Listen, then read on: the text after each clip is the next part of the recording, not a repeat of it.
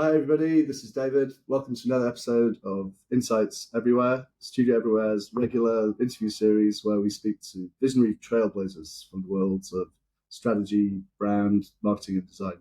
Today, super excited to be talking with design and tech strategist, all-round big thinker, master storyteller, Marc Escobosa, who is currently Vice President of Futures at Salesforce over in San Francisco. Hi, Marc. Great to see you again. Please take a moment to introduce yourself. Hey, great to see you, David.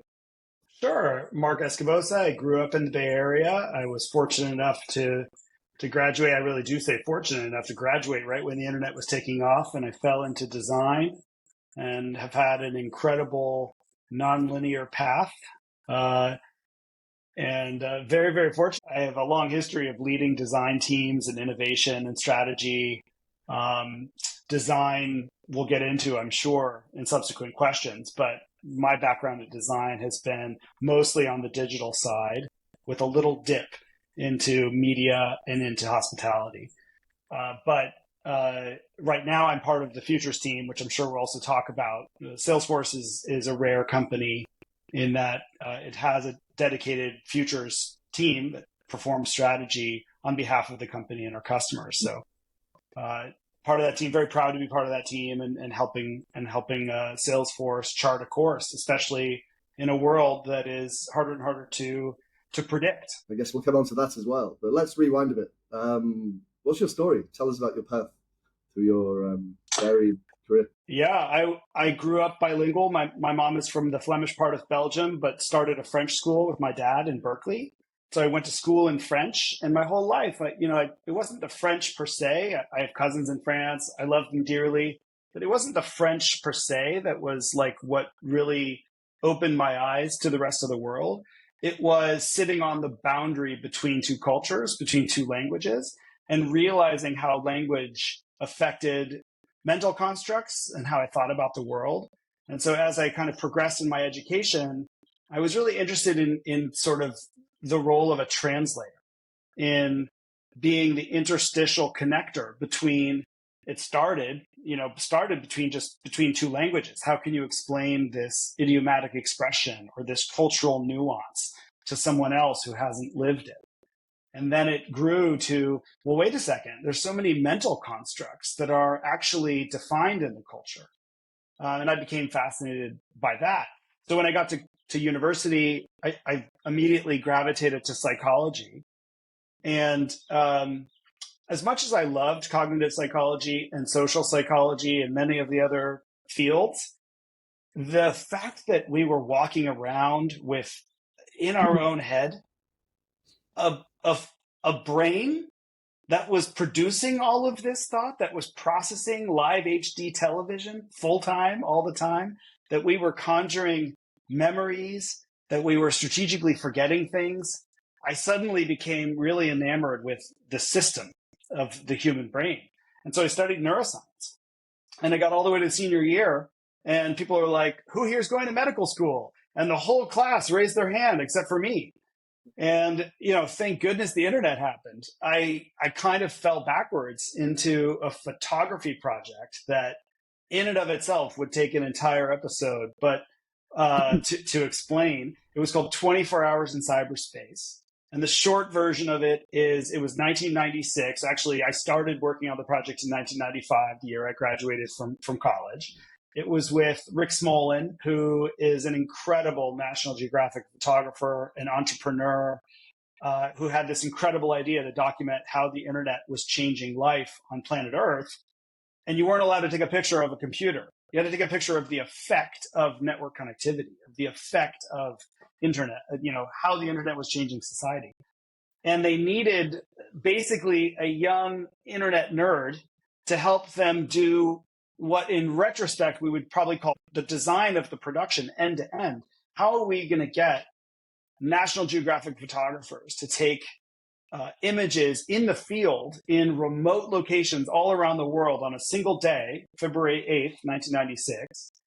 How are we going to get those images, most of them shot on chrome film, developed, scanned, digitized in some way, and then transported to San Francisco's Mission Control where we could edit them in relatively real time into stories we could then publish the HTML for and make live on the web that day. In 1996, this seemed absolutely preposterous. And I mean, I thought so too. I didn't know how we were going to do it. And my boss was an incredibly brilliant genius named Tom Melcher, who was a Harvard Business School person and McKinsey, I think, like just brilliant. And, you know, the two of us were dangerous and we essentially figured this thing out.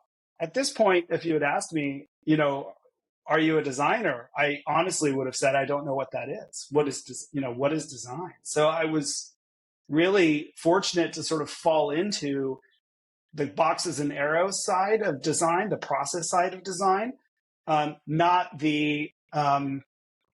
graphic design, not the portfolio. I have a portfolio. I know what I want to be. I didn't have that foresight. I wish I had. But anyway, the project was an incredible success. I think we published 87 stories on this day. And it went into the Smithsonian and it was on the nightly news. And we had, you know, Tom Brokaw and Peter Jennings, you know, on site, you know, reporting live from Mission Control in San Francisco. And one of the sponsors was founded by one of the original designers at Apple, Clement Mock. And Clement Mock is an incredible designer. He wrote a book called Designing Business, which was one of the first books to merge business and design. And he had, you know, originally Clement Mock Studios that became Studio Archetype, that was eventually bought by Sapient. And he basically said, I'd like to take you with me to NetObjects, which was one of these startups that was the sponsor of this project. And I said, oh, you know, well, okay, what am I going to do? He said, you're going to be a designer. And I said, what's that? And he said, don't worry, we'll teach you everything. And that began, you know, a stint for 3 or 4 years learning UI design, like really, you know, Microsoft Foundation classes, which was like the library that you use to build interfaces that could be then built more easily on the Windows platform. And eventually, I also designed the interface for the Mac version. And then eventually we had to do a client server version of this tool. It was called NetObjects Fusion. And it was it really was the first website editor to differentiate it from a web page editor. There were a few of those where you would edit one page at a time, often coding the HTML. Ours was more like Quark Express or InDesign or PageMaker. It was like a WYSIWYG environment where you would design a website. And when you were done, you would do all the pages. And when you were done, you would hit publish. And it would generate the HTML for you, the CSS, the JavaScript, push it up to your website, and off you went. So I learned interface design that way and eventually formed a little boutique design firm with my boss, just the two of us, called Zouthouse. Did that for a number of years. And then I studied interaction design at a school in Italy. That's also an hour-long story, but fantastic time. And settled back down into a startup that was one of the early SaaS enterprise software companies that wasn't named Salesforce around 1999, 2000. That was essentially a mechanical electrical design idea. It was what happens if we put a bill of materials online. So long story, I can explain more, but essentially I was the head of product design and the head of product working in cahoots with our CTO, Eric Larkin, and our CEO, Michael Topolovac. And we spent 8.5 years full time, like leading that company and understanding how products were being built. We had Tesla was one of our early customers when they were still making the Roadster. And then we had almost every cool internet gadget, the Withings scale and and also Leatherman and neat mechanical products too. And I had to go interview all of their product designers and all of their engineers and get their specs and features for like, well, how is it that you want to capture that in a web application so that you can share it with a contract manufacturer and have it built? And so kind of got pretty deep into not just product design, but having to understand manufacturing and electrical design, and then showed up at Salesforce, and that's probably your next question. So I'll stop there. But I've been at Salesforce for almost 9 years. Sure. We'd love to hear more about that. What's your journey at Salesforce been like? Yeah, when I joined Salesforce, it was as a design strategist with a program called Ignite, which you can think of as like a mini version of IDEO if it were combined with a mini version of Bain. Neither one of the full bloom of their remits, but combined in a way that Salesforce could offer to our customers in a pre-sales motion that is essentially a way to partner with customers to better imagine whom they could be. And when you are in a time of great transition, whether it is trying to undergo a digital transformation, now it's very obvious to try to figure out how and where and when how can I incorporate AI into my business. We found that it was really important to do that as part of a partnering, co-visioning motion with customers in order to help them see who they could be. And so we did that. I ran that program eventually for the West Coast and then for the US. We had a practice of designers, researchers, and strategists. And we had an incredible time working with mostly C-suite executives from mostly Fortune 500 or even 200 companies, getting to understand how their business was changing and how they wanted to connect to their customer. And last fall, I transitioned to the Futures team. So I've been with the Futures team since about August of last summer. And Futures team is a different team. We are related in DNA to the first program, Ignite, in that several of the members, including the leader of the Futures team, Mick Costigan, came from the Ignite program.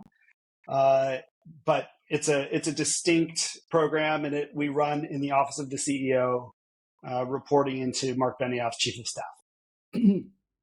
So this is more kind of doing what you did for others before, but for Salesforce this time. Is that how to see it?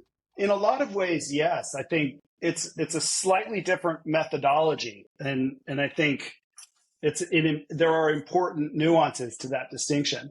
In the Ignite world, merely being customer centered was often sufficient.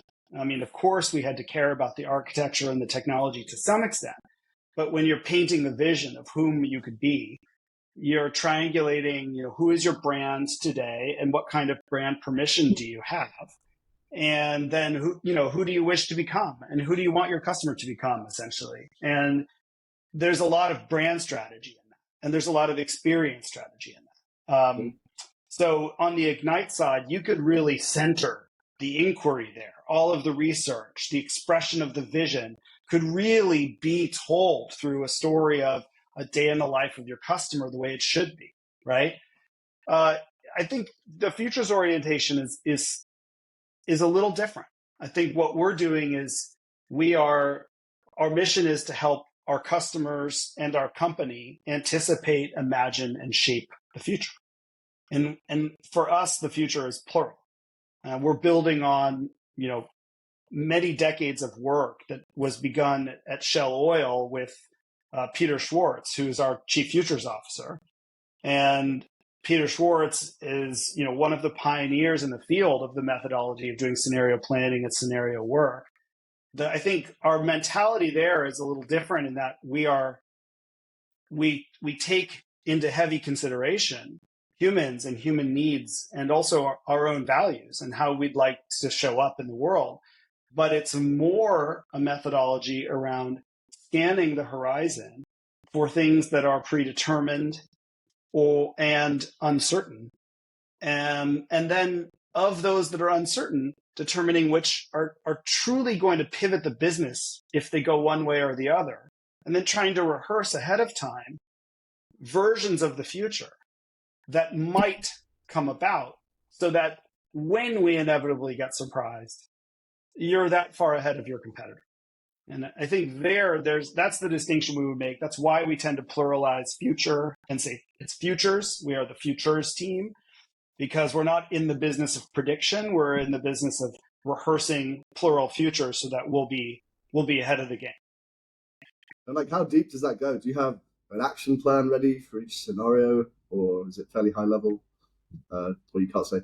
It's amazing. Like, yeah, there are in true scenario planning, right? Rigorous scenario planning whose purpose is to inform a plan. You can get incredibly detailed scenarios that include business models and many months or years of data to support a direction that is selected. In our remit, we find more value in forcing structured conversation in our ecosystem where we see that it is missing. So we're looking for places that we think there should be an active conversation about this because we kind of are starting to see it coming. And even though we don't know exactly what shape it will take, the fact that no one's talking about this is the problem. And so the payload, if you will, is really getting people together of disparate points of view and building a shared understanding and having them come up to speed with the dynamics that are being presented, at least that might present themselves, and working that through. And I think so in that sense, often we say, good scenarios, they feel a lot like a story. They feel a lot like a movie. And you could they have an internal logic to them, even if they're neither a perfect utopia or a perfect dystopia. They need to have that kind of uncomfortably messy mix of both of those things for them to feel real to people. And they do need to start to feel a little bit real enough for people to get the benefit from rehearsing them. Interesting. So it becomes more like a Hollywood production. Can you give an example or two of real recent scenarios that are no longer confidential? Yeah, I mean, one of the ones that we work with, we have many internally that are, yes, of course, confidential. We have many that we've shown to customers. Very simple, typically our scenarios, we would mix several axes. So we might be looking at some uncertainties and say, oh, the world could go this way, the world could go that way. For example, are LLM foundational models going to stay foundational and eventually get commoditized? Or are open models going to lead to some sort of Cambrian explosion of many models? And you could actually separate those and say generalization is going to win out or specialization is going to win out. And on the other axis, you could say, no, open models are going to win or foundational models are going to win. And you could kind of construct 4 different worlds and play them out. And, it's not like you're going to, often you say, you know what, we're going to end up finding evidence of a little bit of this and that. That's okay, right? Because we're not trying to make these things so mutually exclusive that you're going to plan around a single one. The benefit is in talking through the situation, especially with a mixed group of stakeholders who might come to the table with different perspectives on what the correct response to each of those different presenting scenarios might be. Wow. And who are the best of breed companies who are using this kind of approach? It began at Shell Oil in the 70s because, Shell was trying to decide where should we put an oil well, right? And setting aside how we feel about oil is an important part of the world's economy. And of course, we'd love to make an energy transition as fast as possible. But just going back to the 70s and the 80s, thinking about, do we want to drill in Libya or do we want to explore, shale extraction in Calgary or Alberta? You had to have, a 2-year runtime before you were live and up and running, and 8 years before you were hitting peak volume of extraction, and then 30 years later before that well would go dry. So, do you have to have an opinion about Libya 30 years from now? Is actually, it's a really hard problem. And if you think about that, deciding where to put a hospital or where to put a school is a similar issue. You have to think decades, not months. So anywhere in business that you see big decisions that require significant capital outlay at the outset or many years in order to get your ROI, you tend to see some form of scenaric thinking take hold. it had a little moment, I think, in the 80s and 90s. And it is true that Salesforce today is a rare example of a high-tech company that has a futures team. It's an incredible asset to Salesforce, especially as a values-driven company really committed to kind of a stakeholderist view of capitalism and wanting to use business as a platform for making the world a better place and for change, for positive change. So when we think about it that way, there are many parts of the world global economy that Salesforce touches where taking a decades-long view or even a 5-year view is tremendously beneficial, especially when we're not just talking about planning the way that Shell had to, we're talking about rehearsing for possible futures. And so when you think about things like, coming out of COVID and trying to predict what the economic recovery would be like, whether or not people would get vaccines, it's really hard to predict that. It's a lot easier to structure a conversation where you imagine different versions of the recovery and you prepare for each. And in preparing for each, you start to see what is robust across more than one of those directions. And those become things that anybody can do now. So other companies we see doing it, it's really, you have to get into the specifics of what we see on the outside of the company as evidence that they must be doing good scenario planning. And this is what I think for most of like tech, they've been really obsessed with the kind of lean, go fast and break things mentality, which is to some extent a little bit at odds with Syneric practices. And so, it's not common for us to see places. But for example, when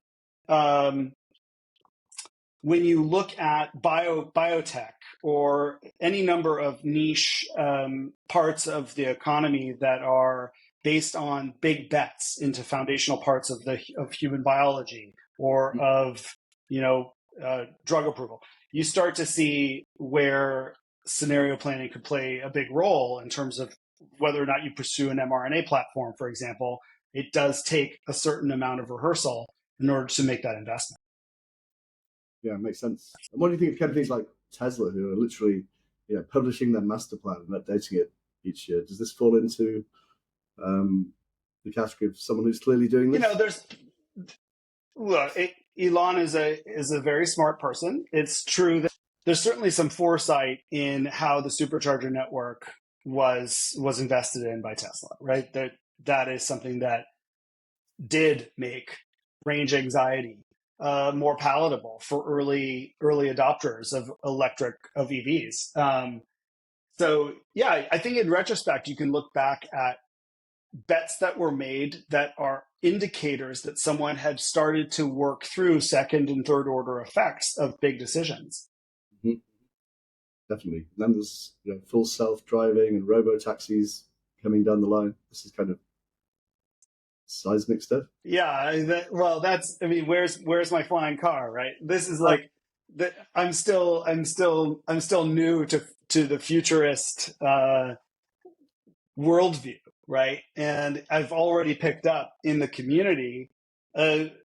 There's certainly any number of people who clearly derive a lot of pleasure from predicting things and then claiming they were right. And gosh, isn't that human nature? Like, who doesn't feel good when they make a bold claim and it comes true? And one of the ironies is that Peter Schwartz, our chief futures officer, has an incredible track record of actually predicting things. But the minute you say that this work is about prediction, I think is when you actually miss the mark, right? And so in general, we're much more likely to celebrate resiliency. And I think companies that can pivot faster, that can self-organize around complicated, complex topics quicker, that can switch strategies, right? That's where it's very interesting. Yeah, it's not like in January every year, the stock market gurus predict their 10 stocks of the year. And if you look back, most of them are wrong. But it sounds like there's more rigor. Of course, right? Because the market has a lot more information than people realize. And, you want to believe that you have some secret thesis, but like, there's a lot of people in the world that know things. It's true. It's true. Um, Mm. so obviously we live in increasingly unpredictable times, fast-changing times. Are you seeing any patterns across industries? Well, yeah, I just spoke about resilience. Mm. It's true that, what you tend to see is right now, I think there's a premium on being resilient as a business, on being flexible as a business, and maybe almost recomposable. What do I mean by that? It's sometimes you don't see how vestigial something is until late. And I think we grew up with departments, and we grew up with departmental budget, and we grew up with business titles that have generally stayed similar, notwithstanding the addition of webmaster, right? But generally, many titles, data scientist. We have some new titles the last 20 years, but generally, work happens the way it sort of has happened generally. Since the average worker had email, you could say a lot of work is pretty similar. If I were to observe an employee at any company, they probably have a calendar, an email inbox. We hope they have Slack, right? They probably go to too many meetings. They make purchasing decisions based on budget from their manager that rolls up to some department budget. The departments compete for that dollar, and all of that seems a little artificial in a world where I can ask an LLM and eventually things much more sophisticated than LLMs today, or a complex question that knows no boundaries, knows no perimeter fencing, doesn't care where the data is coming from, doesn't care who's asking, doesn't care what department you're in or whose budget is paying for this. It's just a straight line to an outcome. And that strikes us as the companies that are seeing that sooner and embracing a kind of nimbleness on how to self-organize in terms of their internal organization. So you think like what Spotify did with the way that they organize is now going back a few years, right? But that kind of flexibility is really inspiring to us, and then people who are kind of questioning the way business happens, questioning the way business workflow happens, and seeking ways to make things come together faster. So whether it's doing things with, in novel ways. So I'm trying to think of a really good example. I mean, it's easy to point at OpenAI and say, look, a lot of what they're doing is setting aside Microsoft's influence. A lot of what OpenAI is doing, how they structure their work, is pretty different from how work traditionally happened before AI. So we're studying that and trying to learn. Yeah, OpenAI is very big bets. They're moving very quickly. I just woke up to this sort of Apple deal seems to be happening. They have an app. Yeah, and they launched Omni today. Yeah, I'm very curious. We use it a lot in our work, but for quite a wide range of things as a companion and brainstorm sidekick. We did a customer segmentation with it when the client had no time and money, but 3 days with that thing got us quite a long way. Well, and we're also, you have to look at where we are in context. We're just coming off of, certainly in the Bay Area, we are very aware of just how much topics get hot and then they exist on a hype curve and they get ahead of themselves. And it's funny, but like this AI wave is coming right on the backs of the crypto wave and the cryptocurrency wave and ledgers and blockchain, which, a lot of people in technology kind of tolerated, but never really sunk their teeth into. And I think it's caused a little bit of squeamishness around AI. Here we go again, boy who cried wolf. Like, are we going to do this again? Really, really, really? That said, right? Like there are a lot of, so somewhere in that hype cycle with AI, I think many companies, and perhaps this goes back to early questions about patterns across industry, but there are trade-offs to be made when it comes to data.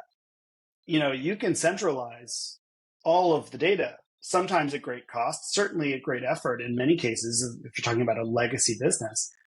And pulling all of that data together also creates more, easier to be subject to negative events with your data centralized. And so you really have to be very conscientious and I think steward your data in a way and at a level that many companies are waking up to and feeling, I think, a very profound responsibility around. And then on top of that, you have industries that, for good reason, have significant and will continue to have significant limitations on what can be shared, whether it's health information or financial information, that are looking at AI as like profound in some ways, but also wait and see in terms of when will it be truly usable at scale for the masses in ways that are trusted. And this is something that, of course, we care very deeply about. Trust is our number one value at Salesforce, and we spend an extraordinary amount of time as a company really thinking through, how do we make AI trusted? How do you believe this answer? How do you know where it came from? How do you feel that it's grounded in real data that came from your data? Like, that's something that when we engage in high-level conversations with customers, that's the most impressive thing I can spot, is a sensitivity to the issues and a dedication to trying to doing it right. Yeah, I read something yesterday. OpenAI have got versions for the government with an air gap, it's called. It's kind of all the data's shielded off from the outside world, so it can't be shared or used for training, etc., etc. So this idea of private GTPs or quasi-private ones seems to be the future. It's certainly worth thinking through as an alternative, because there's absolutely there are businesses for which certain risks are less palatable than others, and so we're not going to have a kind of universal solution that fits for all industries at all levels of risk, at all kind of risk tolerance levels, and we still need entrepreneurship, and we're probably really. We feel like we might be approaching some kind of trough of disillusionment in the hype cycle around AI, as the first wave of pilots are mostly something that writes an email for you, which you don't even want to be using email anymore. You'd rather be using Slack, and writing the email for me is nice and we should do it. But that alone is not the ultimate promise of AI. And so are we in for a bunch of headlines that are like, Gen AI, was it really all that it's cracked up to be? We're anticipating the next crushing wave, like of true innovation, where people really ask themselves, if we were doing this with an AI first mentality starting today, what could we do? How could this be? Right? Right. And what's the secret to getting business leaders to act on something like that? Seismic new opportunity that requires... Right. You mean this whole time I've had the secret, and I've been secretly keeping it to myself. And now I am going to share with you the secret to getting business leaders to accept change. I mean, my answer would be, we've had the privilege the last year almost of working on and off with Professor Ronald Heifetz from the Harvard School of Business, who has a number of books on the subject of adaptive leadership and adaptive challenges. But a really key point that I love about his work is making sure you think about what people are losing when you ask them to change, and really designing the loss itself and recognizing and celebrating the loss in a way so that it is okay to move on, to accept the difference.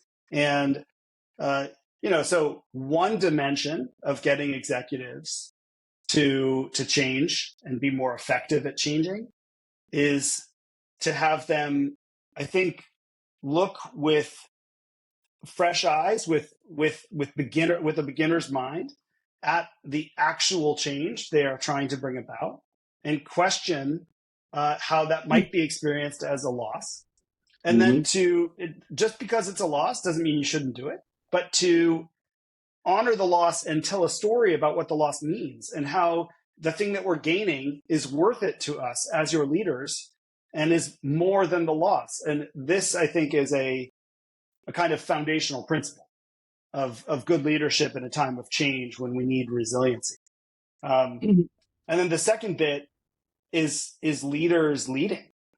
Being a leader is about inspiring people to want to come with you and representing them in decisions and including them in decisions.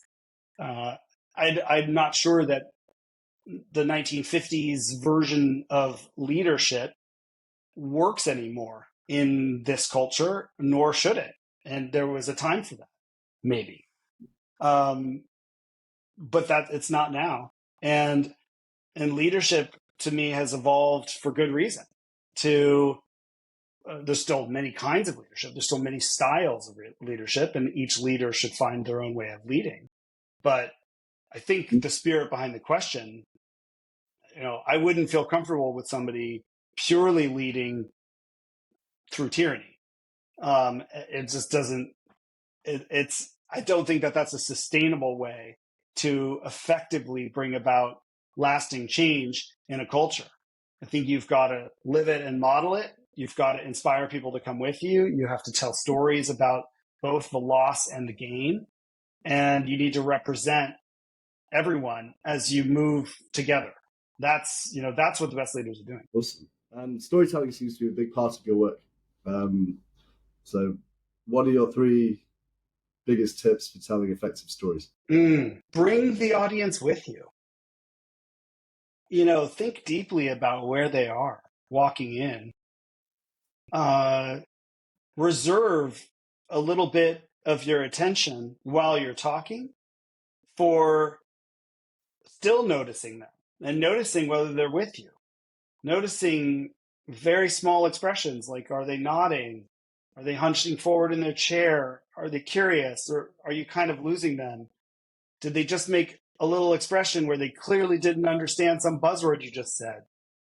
So that's kind of at the micro, but even at the macro, if you're trying to get them on board with a new strategy or an interesting pivot that you think you'd like to push people towards, start where they are. Start where they are and build up how you got to your conclusion.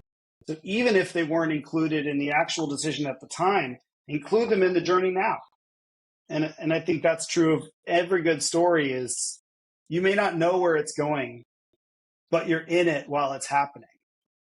Right? So that's right. That's probably my first one.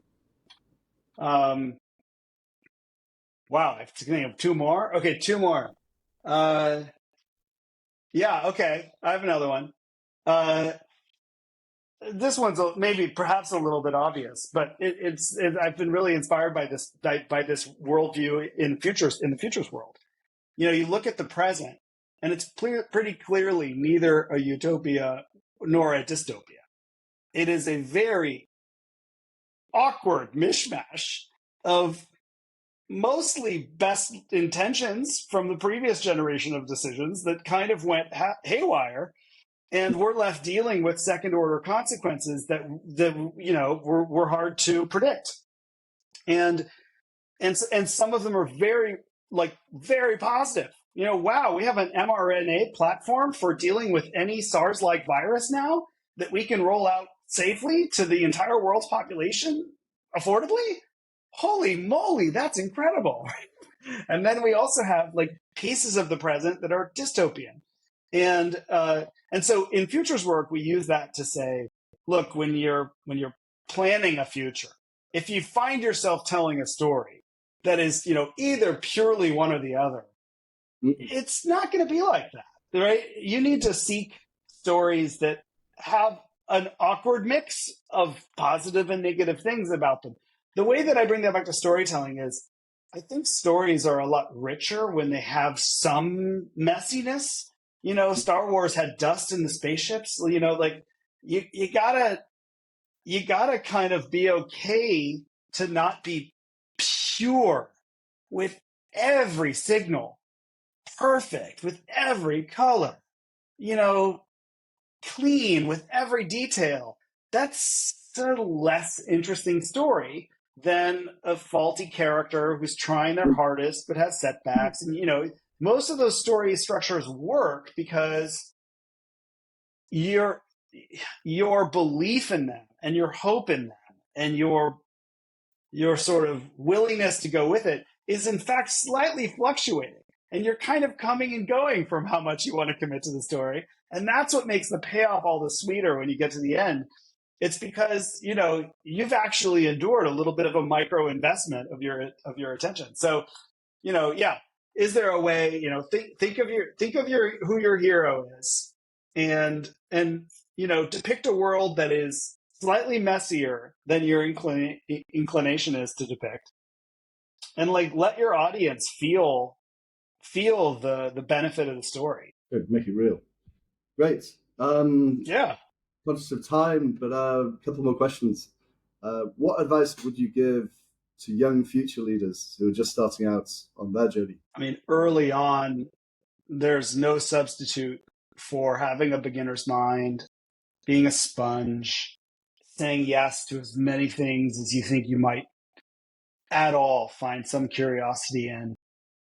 Don't just do the work, study the form of the work, the nature of the problem, the patterns in the solutions, the mental constructs needed to solve problems like that. Often I find each human's brain is happiest at a moment in time, at a certain valence. If we were electrons, you know, like how far we are from the nucleus is like our valence. And you can get somebody super excited and artificially get them to live at a different valence, just like you can supercharge an electron and get it up there. And you can do it for a little bit. You can do it for 6 months. You can do it for a year. But I find that, you know, there's nothing like knowing the kinds of problems your brain loves solving. There's nothing like it. And it might change over the course of your career. It might, as you age, you might tire of some kind of problems and grow into a different altitude of problems. The advice I would give is, one, just because one altitude of problem is higher doesn't mean it's better. Just because someone's willing to pay you more for a more abstract layer of reasoning doesn't mean you'll be happier there. So make that compromise on purpose with intention. Check in with yourself every 18 months or 24 months or 36 months. If it's been a while since you've asked yourself the question, is my brain happy with this altitude of problems in this field? And it's okay if the answer is, wow, you know what? I actually really liked it one rung down on the ladder. Down is not bad. Down is just a different level of detail. And if your brain is happy there, go there. Because where your brain is happy, the world will find a way to use you, and they will find a way to pull you into the kinds of problems you love. And the minute you love the problem, you'll be more engaged. So don't fall for the insinuated career path that you're supposed to only go up in the org chart to be happy, right? You're the director of your play. And I find myself giving that advice to a lot of people just starting out. Mm-hmm. And yeah, I feel like for whatever reason, I graduated from college with, I think, the privilege and the freedom to not feel like I had to go be an X. You know, I could go be a weird internet nerd who could help put this photography thing online. Mm. Yeah, super good advice. Remind me of some of my experiences there. I guess for creative people, like you're a designer, all roads lead to some kind of management in the end if you want to earn more money. You know, go up in the org. But not all creative people are well suited. You could be happier. That's right. Well, sure. And yeah, what are you managing, right? Are you managing people? Or are you managing a thought pattern? Are you managing resources? So, yeah, food for thought.